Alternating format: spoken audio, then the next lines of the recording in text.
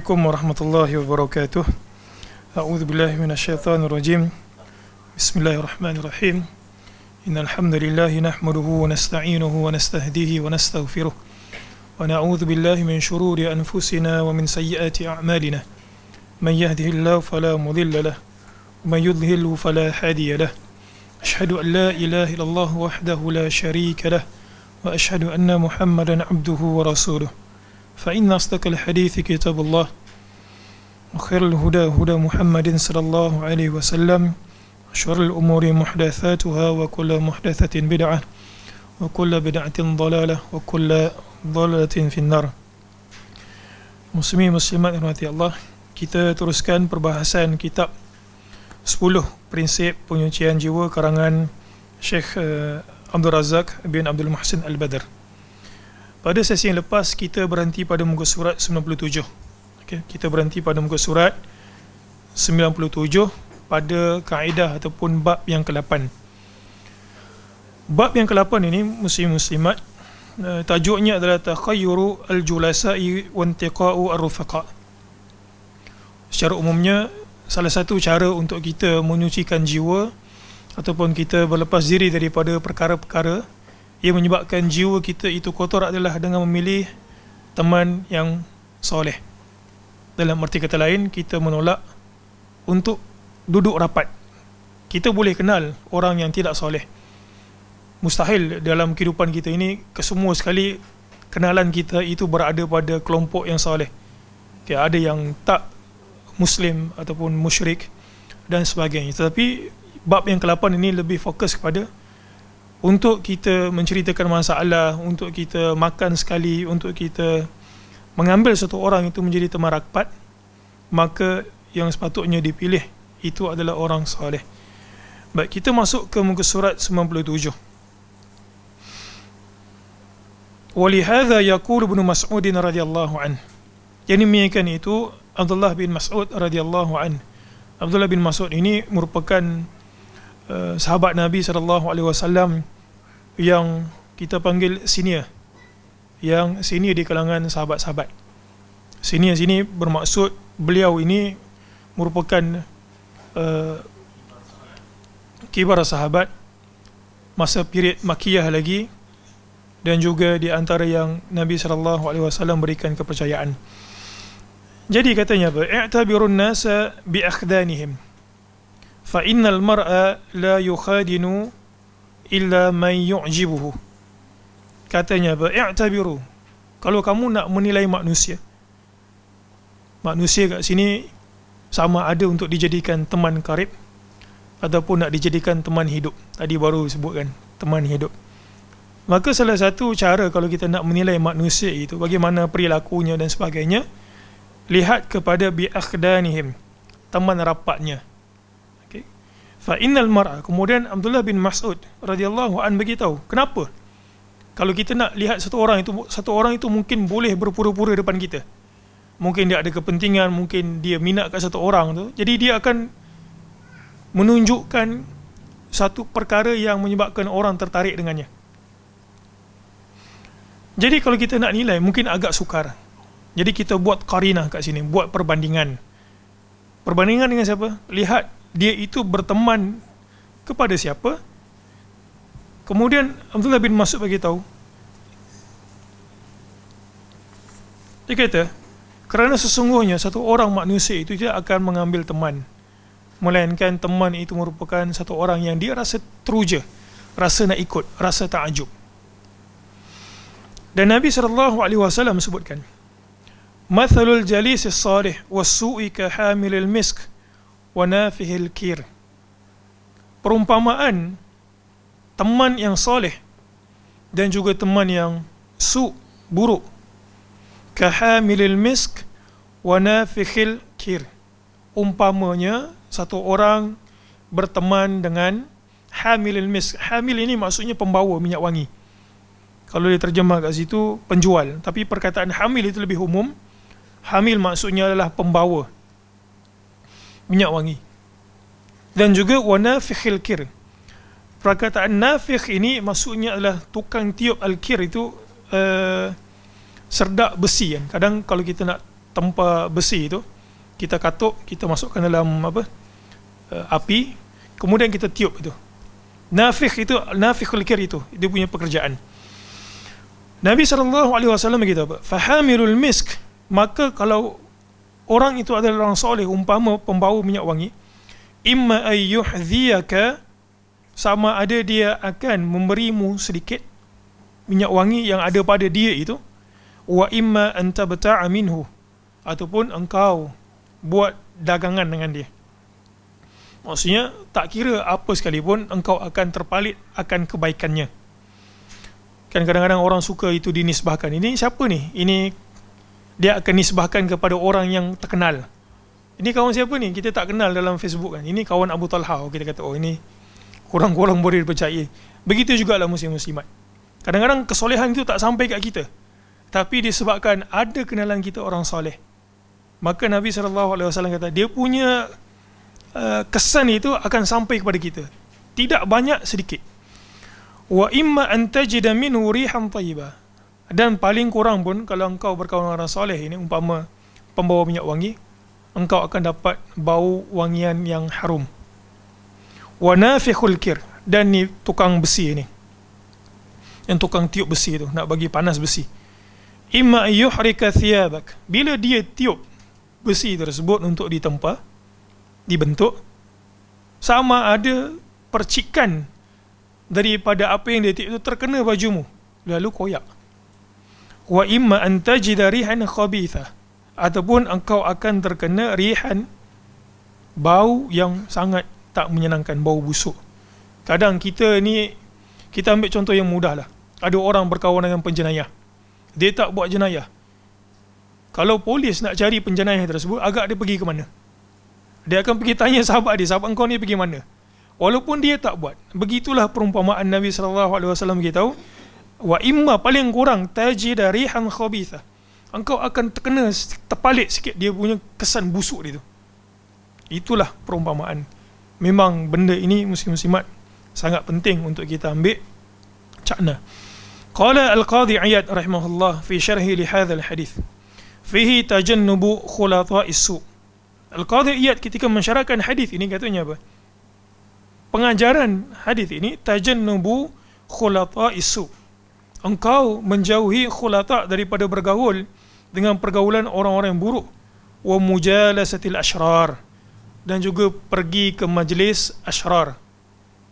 Jangan pergi ke majlis-majlis yang membawa kepada keburukan. Dia mula-mula mungkin kita rasa buruk, tapi kita buat kali kedua, pergi kali ketiga, rasa berdosa itu makin lama makin menipis, makin kurang, sampailah kita tahu seperti mana yang Nabi SAW setiap kali pergi buat, berucap dengan perkataan buruk, dosa, setiap itu jugalah akan ada titik hitam pada hati kita. Kita pun begitu jugalah. Orang mula-mula sekali mencuri rasa berdebar, dah dapat barang curian tu dia rasa bersalah sangat, tapi dia pergi makan juga. Kali kedua berdebar juga mencuri tu, rasa bersalah, tapi tidak sebanyak ataupun tidak setebal masa kali pertama dia buat perbuatan tersebut. Jadi kena jauh daripada mujalasatil ashrar wa ahli bid'ah, dan juga ahli bid'ah, wal muhtabina linnas, dan orang yang suka mengumpat.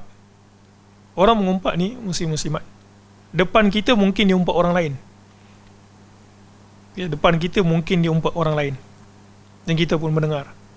Orang seperti ini pun kita kena jauh. Sebab apa? Para ulama sebutkan, sebab pada ketika kita tidak ada di hadapan dia, di antara salah satu mangsa possibility yang menjadi bahan umpatan, mungkin umpatan ni orang tak nampak gah sangat, mungkin tak up to date, digosip lah kita sebutkan, digosip. Salah satu bahan gosipan itu kalau kita tak ada depan dia, kita lah. Ini pun kena jauh. Li'anna jami'a haula'i yanfudhu atharuhum, kerana kesemua tadi ini orang yang buruk, ahli bid'ah, orang yang suka mengumpat, mereka itu akan melaksanakan kesan dia itu ila jalisihim, kepada teman. Dia akan saling mempengaruhi. Dia akan saling mempengaruhi. Wal haddu ala mujalasati ahli al-khair wa talaqqi al-ilmi wal adab. Dan kita sepatutnya pada hadis ini, al haddu maksudnya digalakkan untuk duduk bersama dengan orang-orang yang baik. Wa talaqqal ilmu wal adab, dan juga mempelajari ilmu dan juga adab. Wa hasanil huda, mendapat petunjuk yang baik, akhlak yang terpuji.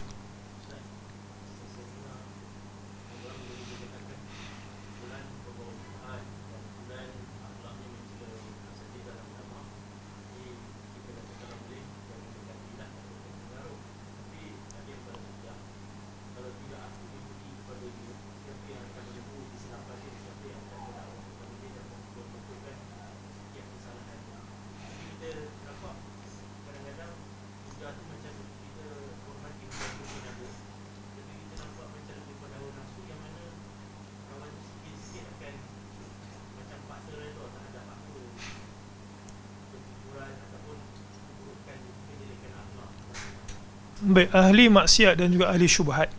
Sekarang ini banyak ahli syubhat, terutama sekali geng-geng yang mungkin percaya akan konspirasi. Bila kita baca itu, sehingga Muslim itu dilaknat. Banyak keluar daripada mulut mereka ni laknat, bergantung kepada tahap iman mereka. Ada yang mungkin ada kesedaran kata tak boleh maki, tapi syubhat itu kekal. Mungkin ada yang kurang iman sikit terus melaknat. Ada muslim-muslimat.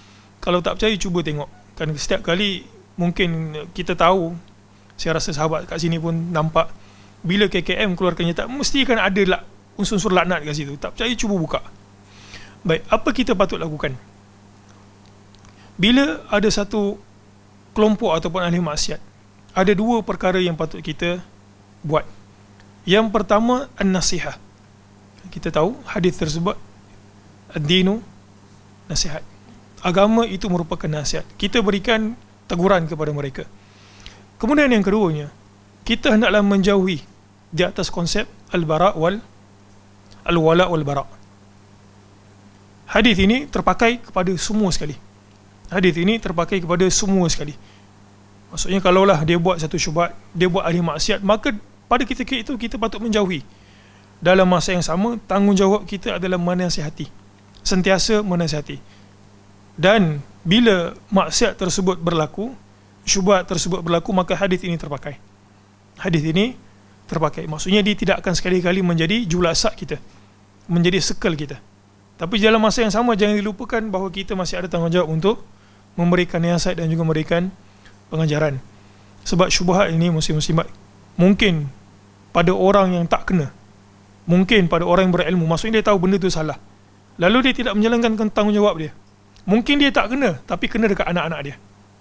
Mungkin dia tak kena, sekel dia tu okey, tapi sekel anak-anak dia kat sekolah. Macam mana tu? Kadang-kadang pornografi dan sebagainya kan. Pornografi, syubhat.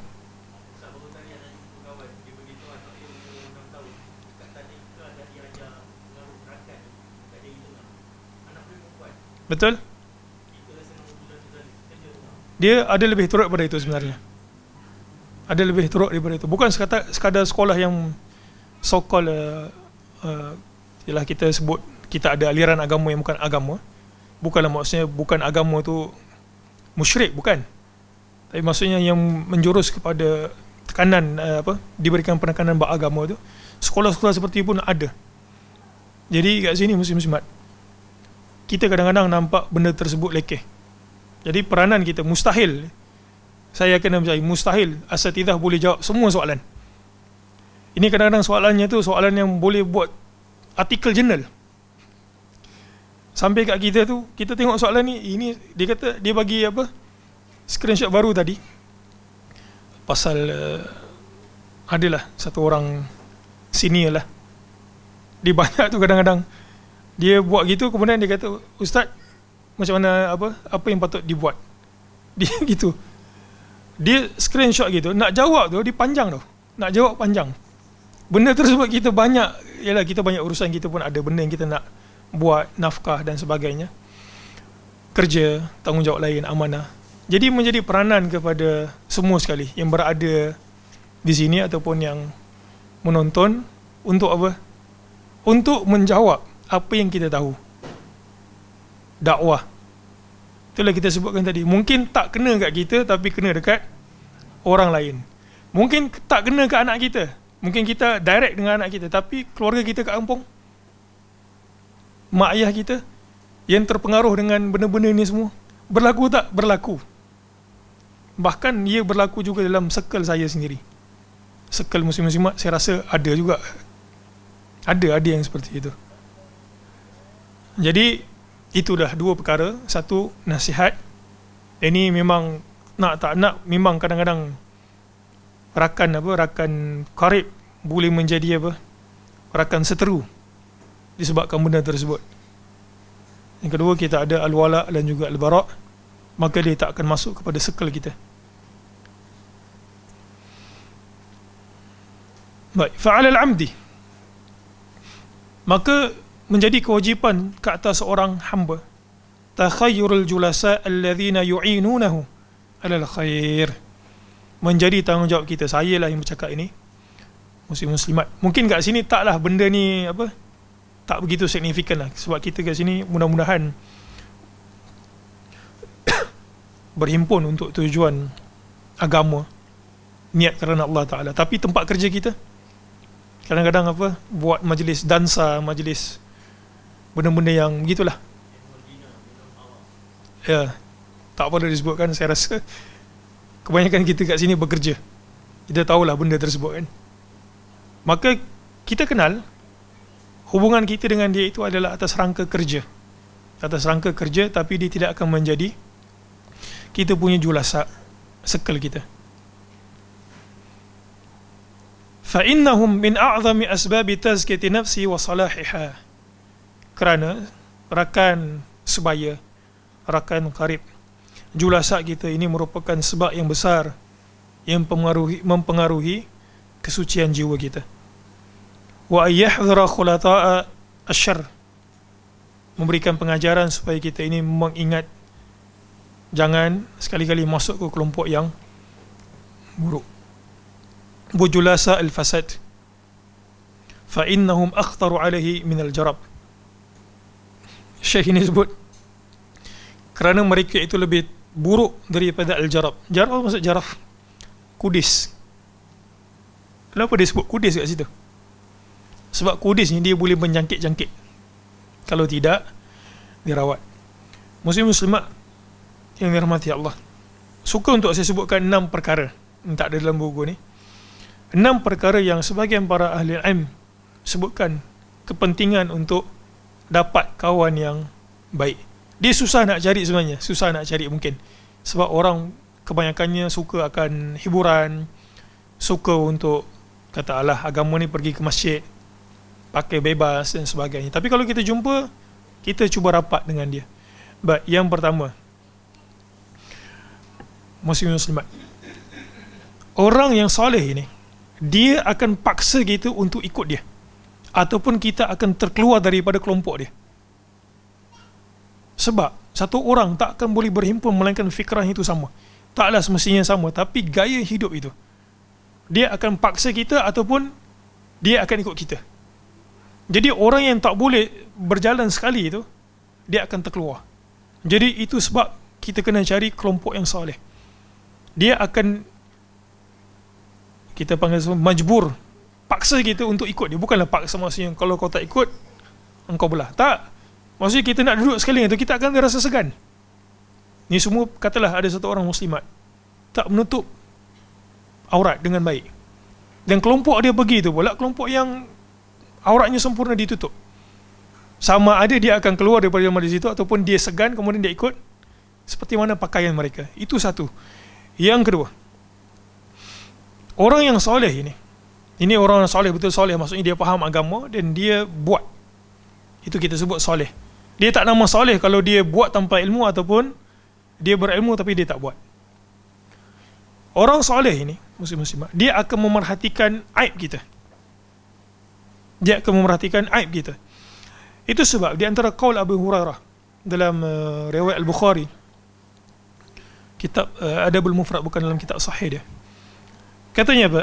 Al-mu'min mir'atul mu'min. Seorang mukmin merupakan cerminan mukmin yang lain. Idza ra'a fihi 'aiban aslahahu. Kalau dia nampak ada satu aib pada saudaranya, dia akan cuba menegurnya. Itu sifat mukmin. Bukan pergi masuk kat Facebook, tak sebut nama, tapi cakap belakang. Kita sebut seperti itu. Itu bukan sifat mukmin. Abu Hurairah dalam riwayat ini sebutkan apa? Al-mu'min mir'atul mu'min. Jadi orang soleh ni pentingnya, kalau kita kawan dengan orang soleh ni, dia akan tahu, dia kata, akhi, ini benda ni salah. Ini antara kita dua, benda ni tak patut dibuat. Aku nampak engkau ni makin lama makin kasar perkataanmu, makin lama-lama nak mencela orang. Jadi itu. Orang soleh, dia akan tegur kalau nampak aib saudara dia. Ini betul-betul soleh lah, maksudnya dia ada ilmu, dalam masa yang sama dia juga beramal dengan ilmu yang dia ada. Yang kedua, yang ketiga, kalau kita bergaul dengan orang soleh, sekurang-kurangnya saat kita bergaul, kita jumpa dia, kita tak buat maksiat. Ada sini berani apa, jumpa cikgu disiplin kemudian isap rokok. Tak ada.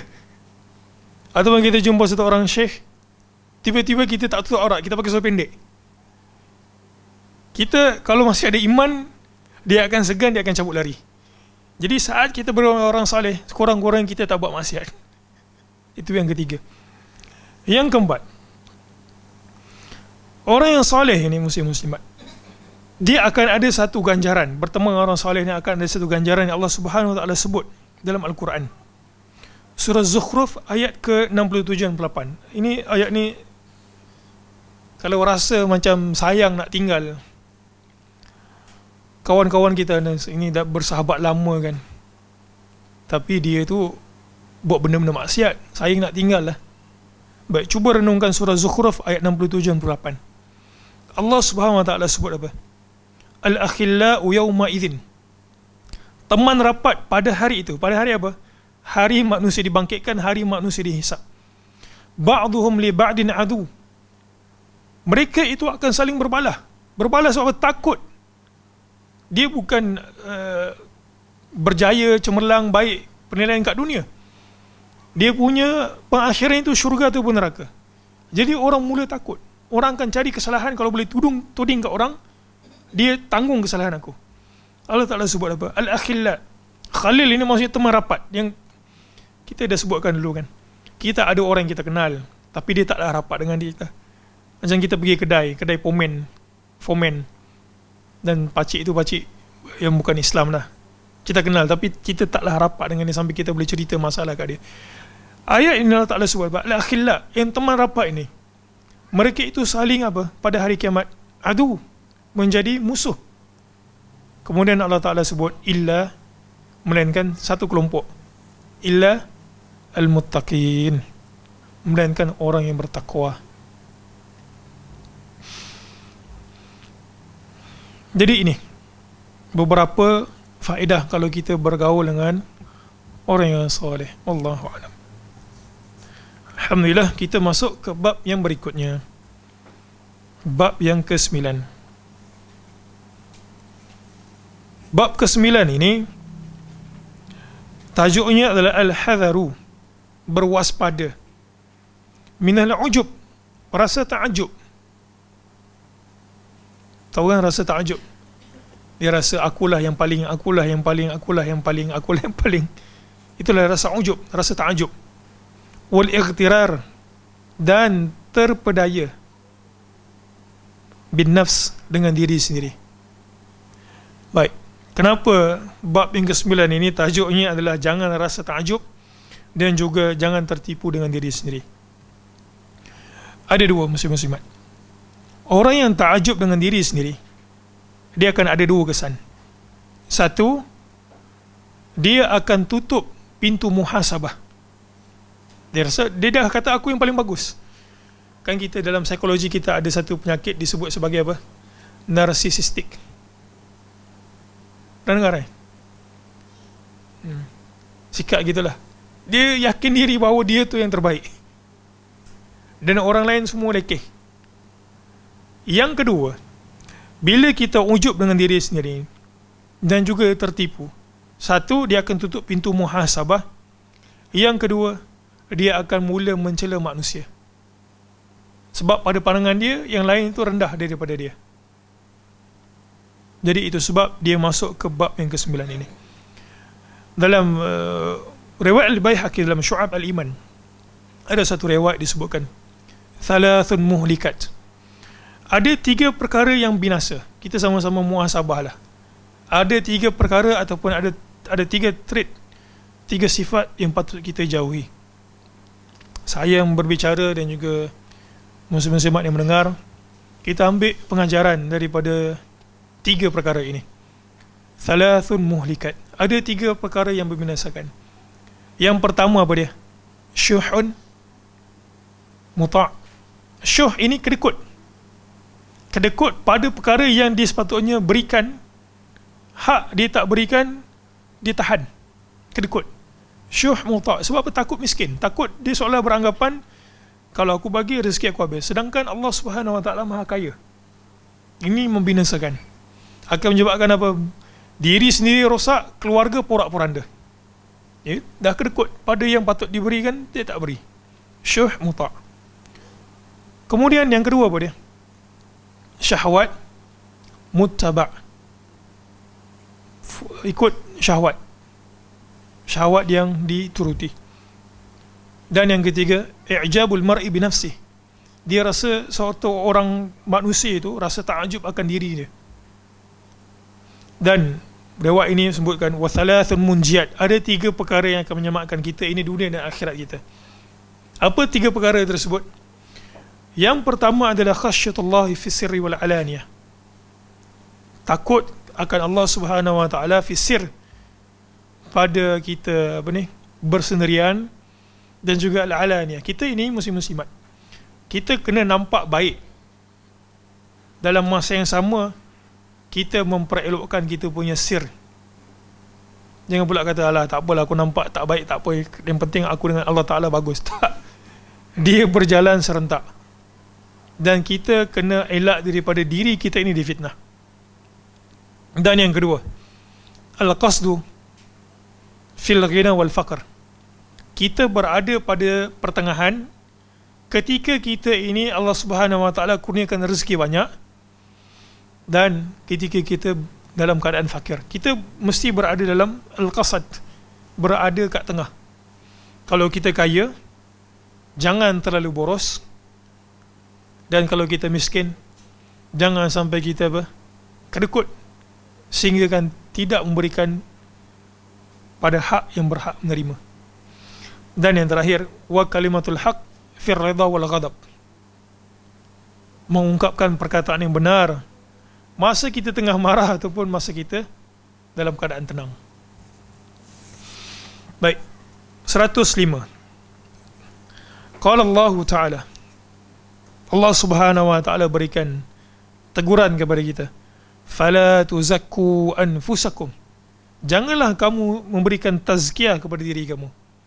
Maksudnya aku ni dah okey, aku ni dah bagus. Manusia ni sepuncak mana pun dia punya ilmu, sejauh mana pun dia train diri dia untuk tidak melakukan maksiat, mesti akan ada kekurangan. Allah Ta'ala sebut, fala tuzakku anfusakum. Janganlah kamu menyucikan diri kamu sendiri. Huwa a'lamu bimanittaqa. Kerana yang paling tahu akan diri kita lebih daripada segala makhluk, hatta malaikat sendiri sekalipun. Dalam kita ni kan adalah Allah Subhanahu Wa Ta'ala. Baik, Allah Subhanahu Wa Ta'ala melarang perbuatan memuji diri, bima yadullu ala zakatiha wa salahiha, lianna taqwa mahalluha al-qalb. Kerana takwa tempatnya itu berada dalam hati. Wallahu azza wa jal huwa a'lam. Dan Allah Subhanahu Wa Ta'ala lebih mengetahui biman hasalat minhu taqwa, siapa yang telah pun memperolehi takwa. Wa lianna hadzal madh lin-nafsi sababun lidukhulil ujub 'alaiha. Sebab pujian ini melampau-lampau merupakan sebab kita rasa kita tu okey. Kita rasa macam ujub. Wa sababun lirriya, dan sebab riya, menunjuk-nunjuk. Alladhi huwa muhbitu lil a'mal. Wal mu'min, ini kita sebutkan tadi. Mukmin itu mahmajtahada, walau sekuat mana sekalipun dia bermujahadah fi fi'lis salihat, untuk melakukan kesalihan, wajtinabil muharramat, dan menjauhi daripada perkara yang haram, fa innahu la yuzalu muqassira, dia mesti akan ada kekurangan, wa zaliman li nafsih, dan juga zalim terhadap dirinya sendiri. Bukti, cuba lihat pada perenggan yang berikutnya. Syekh ini bawakan satu riwayat manusia yang paling soleh setelah para anbiya. Siapa dia? Yang paling beriman kepada Allah Ta'ala, Abu Bakar, yang Nabi SAW jadikan syurga buat insan ini.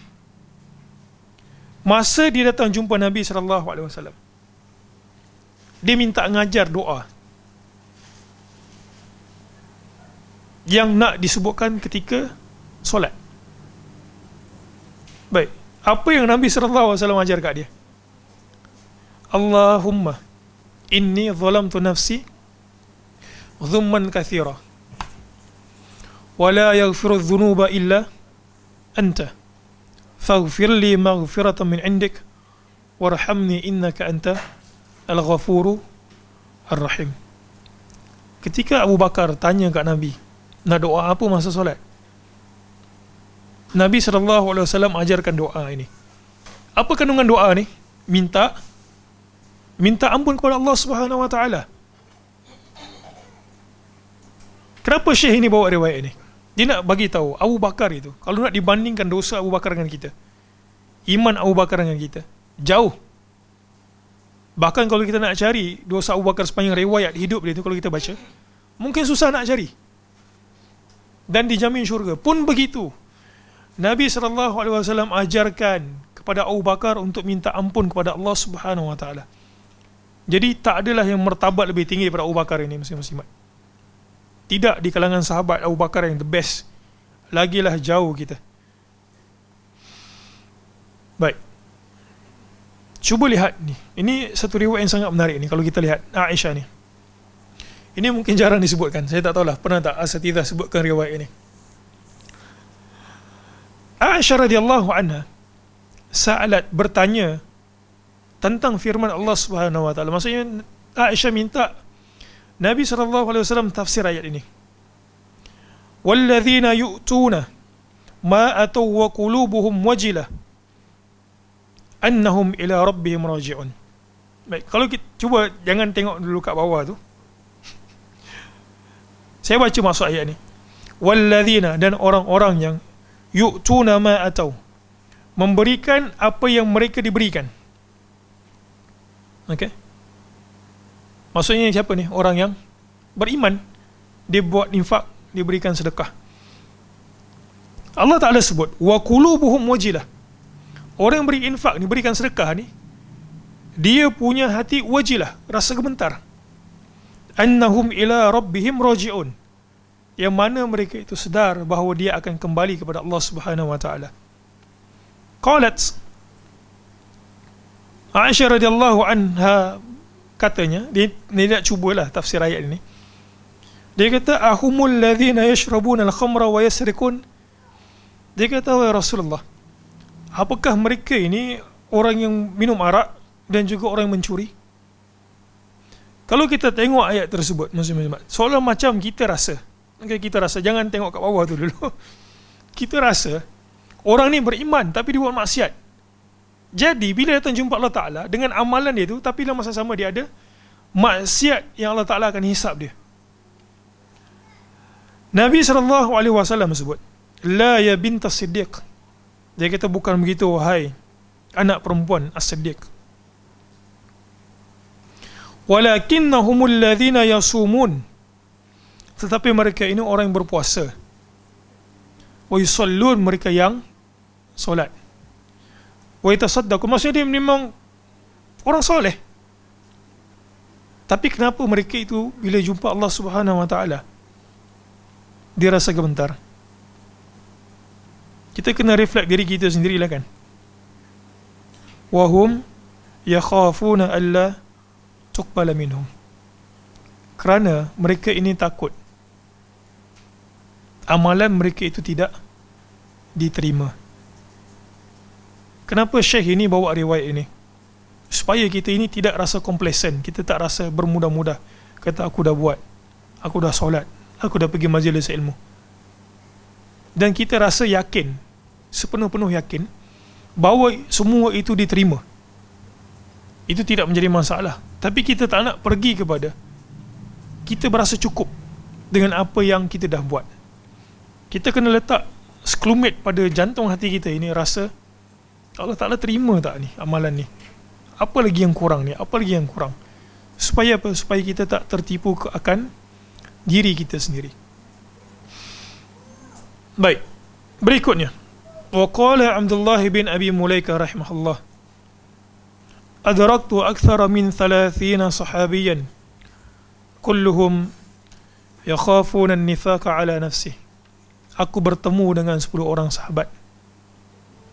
Aku bertemu dengan 30 lebih orang sahabat, bukan 10, 30, 30. Kulluhum, kesemua mereka itu yakhafuna an-nifaq ala nafsih. Apa maksud nifaq? Sebut beriman tapi buat lain. Dia mungkin tak buat depan-depan, tapi kita yang kat belakang ni kan, kita orang tak nampak. Maka kita beristighfar terhadap sir kita ni, rahsia kita tu yang orang tak tahu, yang Allah Subhanahu Wa Taala tahu. Jadi bila orang itu rasa takjub dengan diri sendiri, dia akan menyebabkan satu orang itu tak bermuhasabah. Apa maksud muhasabah muslim-muslimat?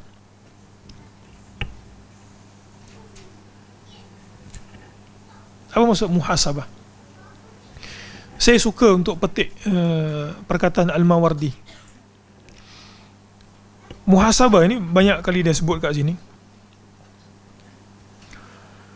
Dia kata apa? Satu orang pada waktu malam, ayatasaffah, dia akan menelusuri apa yang dia telah perbuat pada pagi hari. Kita lah malam-malam kan, kita buat apa hari ni. Ayatasaffah, dia kata ayatasaffah ni maksudnya menelusuri. Al-Mawardi sebut, kalaulah ada perkara baik yang dia buat, maka pada muhasabah dia itu, dia tekad untuk meneruskan perbuatan baik tersebut. Dan kalaulah ketika dia menelusuri, tengok apa amalan dia buat pada hari tersebut, dia nampak ada kekurangan, dia hendaklah perbetulkan kekurangan tersebut kalau boleh. Contohnya apa? Istighfar. Kalau ada hak yang dia terambil, dia pulangkan. Kalau ada terkasar bahasa, dia kata apa? Saya minta maaf. Dan keesokan harinya dia berazam untuk tak buat benda yang sama. Ini maksudnya adalah muhasabah. Baik, yang terakhir dalam bab ini,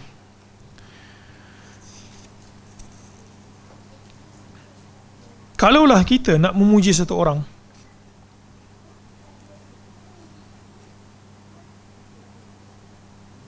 apa yang patut kita buat?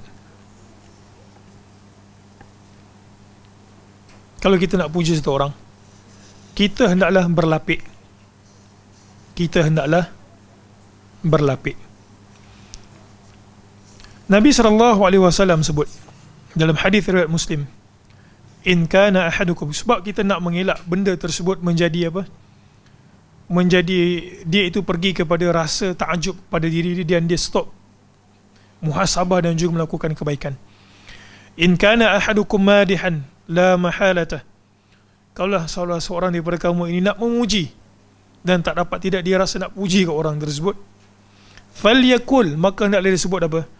Ahsibu kadza wa kadza, aku menyangkakan dia itu orang yang baik dan juga orang yang baik.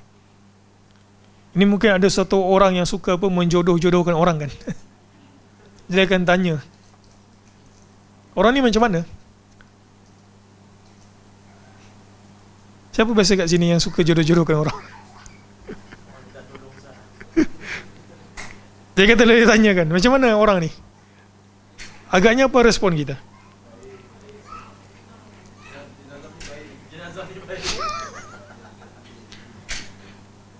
Itulah yang tu bagi syahadah kat jenazah. Nabi kata apa? Ahsibu, sebut. Dia kata aku sangka, aku rasa gitu. Dia berlapik sikit. Ahsibu, aku menyangkakan sepanjang pertemuan kami ini secara zahirnya. Kita sebut seperti itu. Wa in kana yara annahu kadza, kadzalik wallahu hasibuhu, dan Allah Subhanahu wa taala yang akan menghisapnya. Wala yuzakki 'ala Allahi ahada.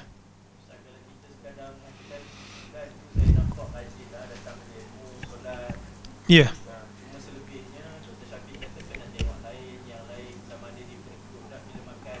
betul.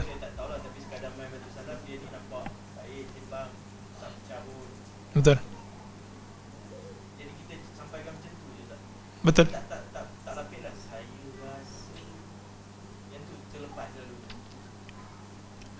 Maksudnya kita tak menjazamkan pujian itu. Macam tadi tu okey lah tu. Kita kata sepanjang perkenalan kami, saya nampak sahabat ini selalu datang ke majlis ilmu. Dan bila saya ke rumah dia, kita lihat dia hormat akan orang tua dia. Itu merupakan satu lapisan untuk satu orang itu kenal satu orang. Itu sebab bahaya sebenarnya kalau ada orang yang pergi ke saya lah, kata Ustaz macam mana saya minat dengan dia. Dia agak susah sebenarnya. Saya sendirilah rasa macam beban. Sebab kalau jadi something dekat tu, agak siapa yang dia akan cari. Dia kata ini Ustaz punya tazkiyah lah ni. Kita berada di pertengahan. Sebab ada orang yang memang nak tolong orang, tapi ada orang yang hobi dia memang masang-masangkan orang. Matchmaker. Dia keterlaluan. Jadi ini menjadi pengajaran buat orang yang suka. Betul, kita ta'awan 'alal birri wat taqwa. Kan takwa, dia takwa bukan itu saja. Sebab biasanya orang bila nak tengok dalam bab ini, dia akan tengok sebelum. Tetapi yang paling susah dalam alam perkahwinan ini adalah masa itulah kan, masa berkahwin itulah kan.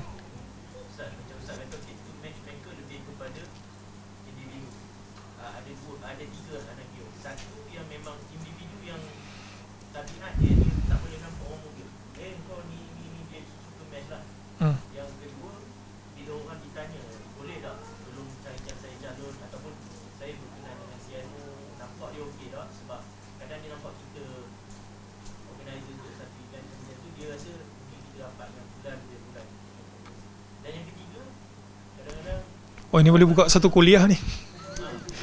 Siap ada poin lagi, poin 1, poin 2, poin 3. Satu lagi Ustaz, NGO atau pertubuhan tu kadang-kadang dia buat apa, Baitul Muslim.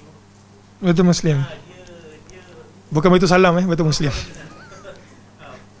yang surah tu pun ada buat, dia cuba, dia kata kita cari, kita selamatkan muslimah kita supaya tidak nikah dengan orang lain fikrah, yang kemudian susah datang majlis ilmu ke atau sebagainya. Jadi kita selamatkan muslimah kita dengan kita buat kan. Tapi ada juga yang saya dengar dia cuba buat macam tu, lepas tu dia suruh direct ta'aruf pula. Macam mana tu? Jadi dia orang jadi macam berchatting-chatting sendiri macam tu. Apa guna dia bantu dia berdakwah, kononnya nak mengelakkan dia tinggal. Tapi dia lepas sampai dia tinggal, dia suruh dia orang bersama sendiri. Ni boleh buat daurah ni. Daurah macam mana cara nak ta'aruf.